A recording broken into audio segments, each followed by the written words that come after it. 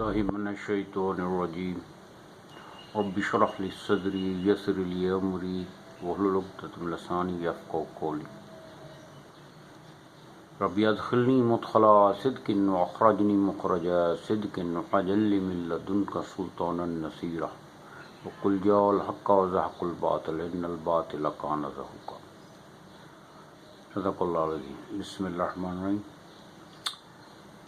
آج میں آپ سے قرآن کی ایک آیت ہے جس کا تعلق سوچ، تدبر، تفکر سے ہے، اور جو قومیں تدبر تفکر چھوڑ دیتی ہیں تو اس کے نتیجے میں اللہ سبحانہ تعالیٰ قرآن میں ایک آیت ہے جو کہ سورہ یونس کی 100 نمبر آیت ہے، اس میں اللہ سبحانہ تعالیٰ ارشاد فرماتے ہیں کہ وَيَجَلَّ رِجْسًا الَّذِينَ لَا يَعْقِلُونَ، جو قومیں، جو لوگ عقل سے کام نہیں لیتے، اللہ ان پر گندگی، ذلت طاری کر دیتا۔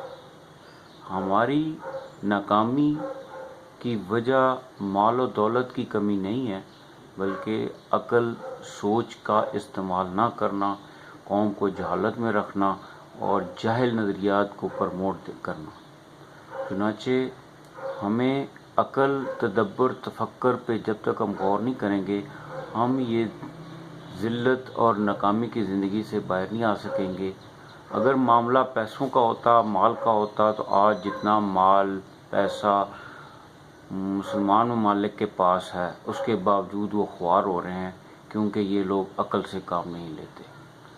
آج کے لیے اتنا ہی۔ صدق اللہ۔